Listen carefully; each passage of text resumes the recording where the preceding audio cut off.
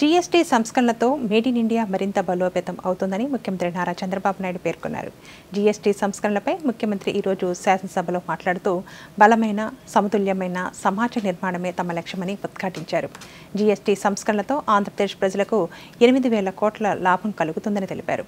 స్వదేశీ make in India ప్రచారం మరింత ఊపందుకుంటుందని సూచించారు. 2,25,000 కోట్ల రూపాయలు బెనిఫిట్ వస్తే మన రాష్ట్రానికి 8,000 కోట్లు వస్తుంది అధ్యక్ష.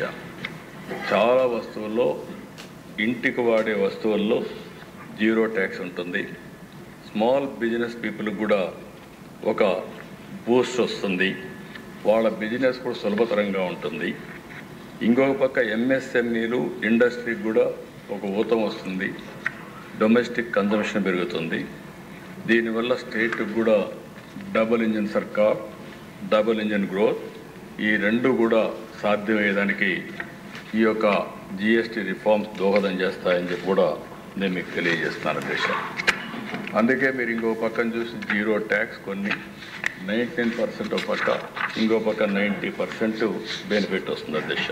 4 వారాలు, 4 కేటగిరీస్, అదే మరి only one goal, saving of people.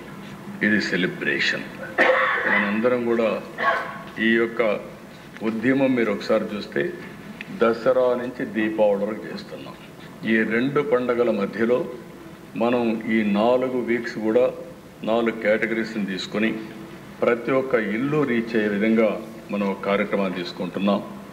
అల్టిమేట్గా 65,000 మీటింగ్లు రాష్ట్రం మొత్తంలో కండక్ట్ చేస్తాం.